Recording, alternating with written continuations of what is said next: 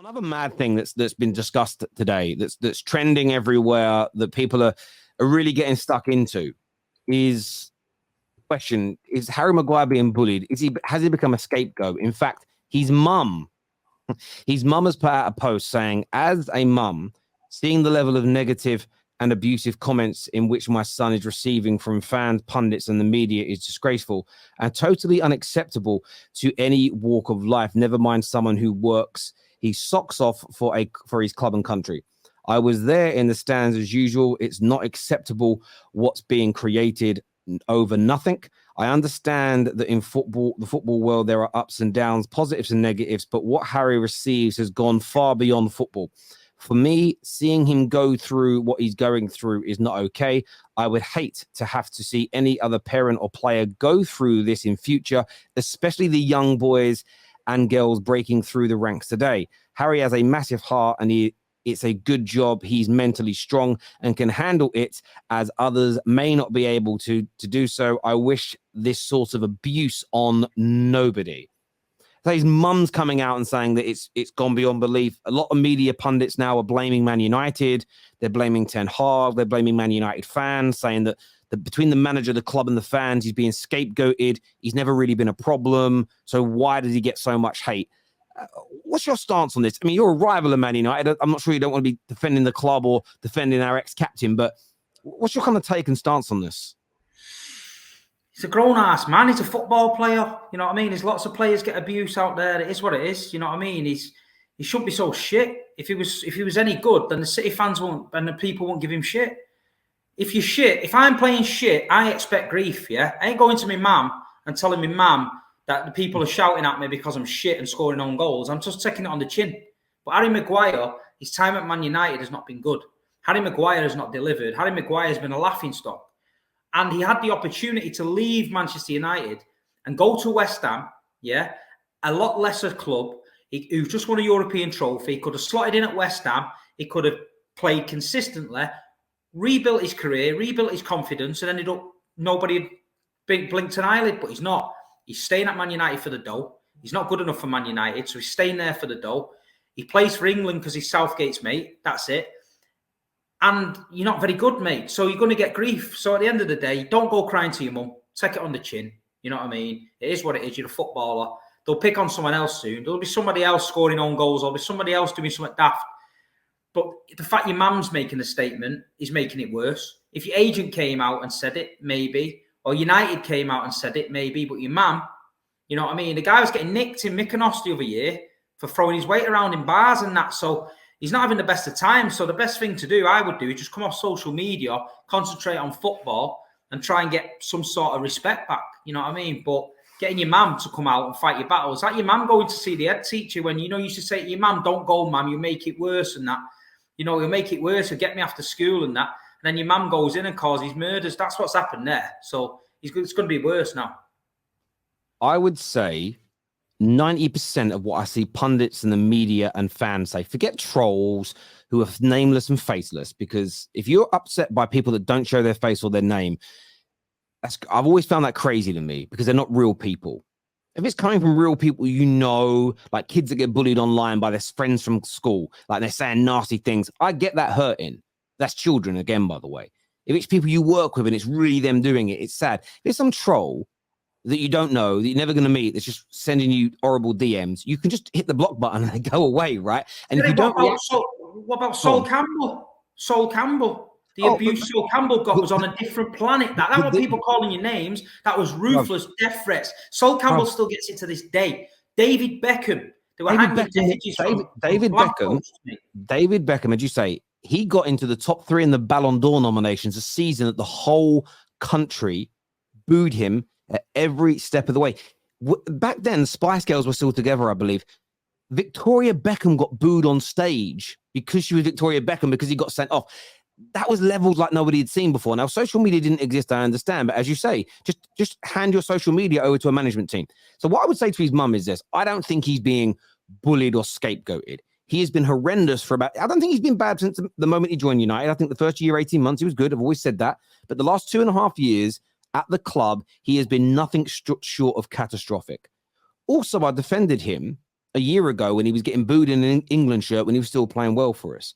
But everything I said would happen has transpired, not because I'm a genius, but because this is the typical way it goes. It's just experience of watching football long enough. The less he plays, of course, the more rusty he is. Then what you've heard from rival fans is banter. So when he came on against Arsenal, the fans cheered. Arsenal fans cheered. The Scots the other night, every time he went to kick a ball, they're winding him up. They're getting in his head because they know he's susceptible to making a mistake because he's applying so much of this pressure to himself. The manager of Man United has said to you, you can stay here and fight for a place if you want, but you are fourth to fifth choice. Or you can leave if we get an acceptable bid. He could have gone. If he went West Ham, he could make 5 times as many mistakes. Nobody would care. There's going to be no compilations. No one's going to care if he's in the England squad. He'll be left alone. It's because he went to United as a record fee, flopped, become captain and had it stripped, and then has refused to leave purely for money. The nonsense, I'm going to get back in. You're not getting back into the Man United first team on a regular basis. You are behind a left back. You are behind a left back. The manager would rather re-sign Johnny Evans, which was a mistake in itself, by the way, because the club should have given the manager more money, but rather re-sign Johnny Evans and play you. And if everybody's fit, he does not kick a ball. And for me, like his mum coming out and doing this, listen, I just don't see what he gets as abusive. People are just saying, you're playing crap and you shouldn't be in the England team. You're playing crap. You shouldn't be on the pitch for Man United. That isn't abuse. I'd call that criticism. Yes, some people have done some. If I'm his agent, if I'm his agent, as soon as West Ham come, I'm saying, look, West Ham's a good club, man. They've just won a European trophy. You're going to play week in, week out. There's not going to be that pressure on you at Man United. Man United is the most pressure in the league that you get. You see players go there and the pressure's on them non-stop. He's not built for that. He's tried it. It didn't work. Take the wage cut, go to West Ham, rebuild your career. I do think he's a good player deep down inside, but he has to play regular. He can't come in dribs and drabs. It just doesn't suit him. He has to play regular, get his rhythm, get back. At West Ham, he'd have done that under Moyes. It's his type of football. He'd have had a great career. He's just prolonging more and more. He said, you don't want anyone to feel unhappy. You don't want that to happen, but he's not helping himself, Terry, and the people around him aren't helping himself, and that's his problem for me. Yeah, his biggest issue, I think, is spot on, is the people around him. They believe they're doing him a turn. They believe they're helping him. His mum, listen, and bless her, she's a mum. She probably is feeling it. She's his mum. I understand that as a parent, but it isn't going to help. I remember when I was a kid, and probably not the right way in 2023 to handle it. There's a couple of kids on the estate that went to my school. They were kind of bullying me and my little brother. And I don't even know what they were doing to us now, but I remember like, a bit worried to go out. They weren't even older kids. They were about the same age as us, but they were like part of a tough group on the estate. And I went and told my dad, I said, Dad, like, what do I do? And I told my brother first, and like, bro, basically said to my big brother, can you come back me up type thing? And Daniel's like, nah, you should sort it out yourself. I was only young, about 9, 10. Told my dad. My dad just like basically said, in this circumstance, if I come down and tell them to leave you alone, my dad was like, they're going to bully you more because they're not going to be scared of me. They know a grown man's not going to do anything to them. So you've got to go down there and face up to it. And I did. Told them to leave me alone. And one of them squared up to me and we had a fight. I lost that fight. This kid was really tough. He ended up going on to be one of my best friends after that, though, because I stood up for myself. And sometimes I just look at this circumstance and go, his mum, I understand what she's doing, but she is going to make this worse now. His PR team, his agent, they always make it worse because they don't wake up and smell the coffee. That people are only angry with Maguire because he's been awful for ages. Nobody wants to admit it.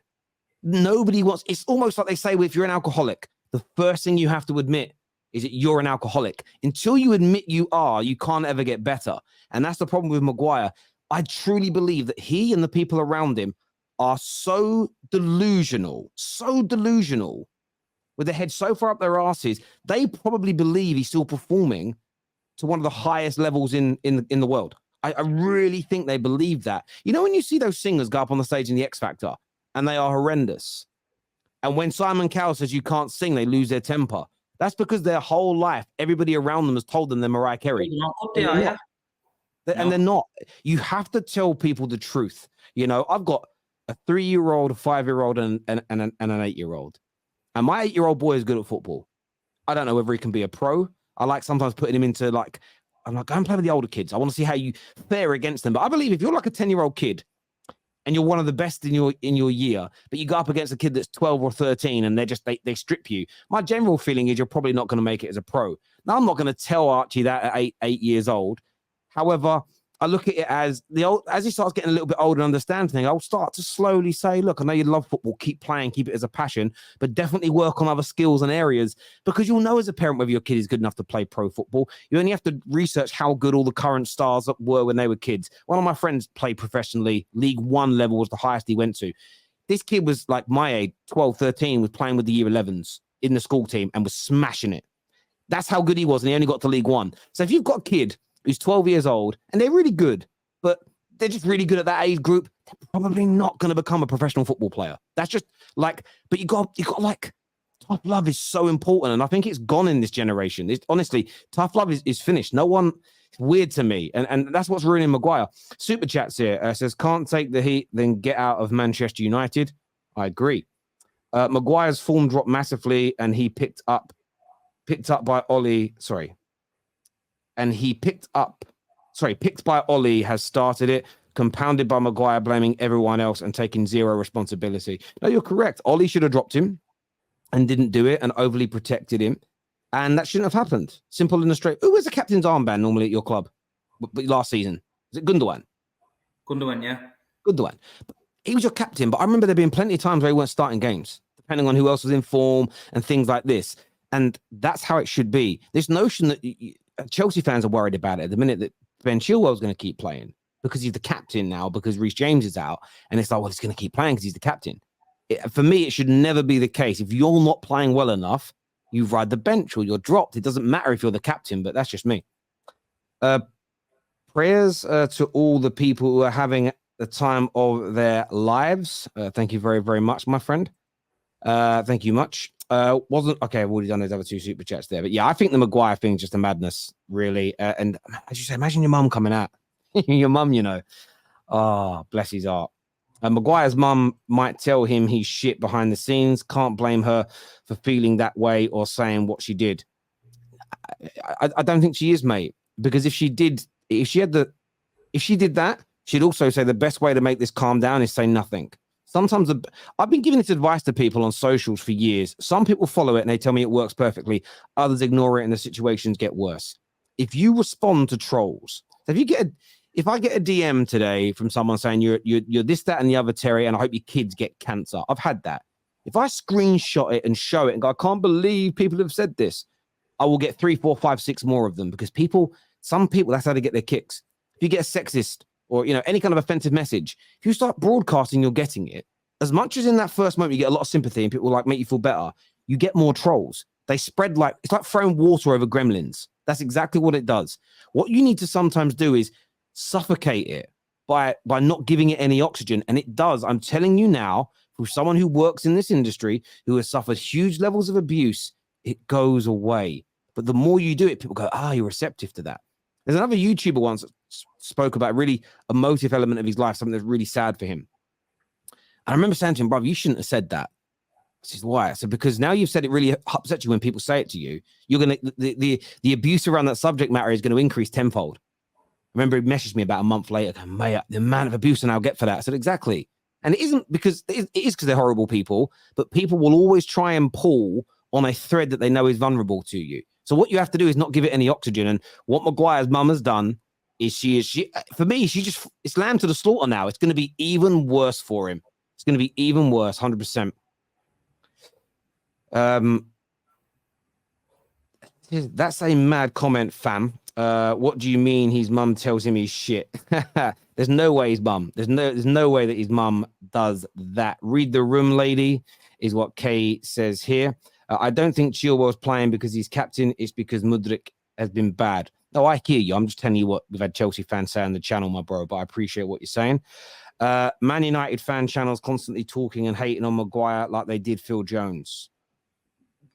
They've got a right to criticize him. Again, I know that you're referring to Goldbridge, and I'll defend Mark Goldbridge here.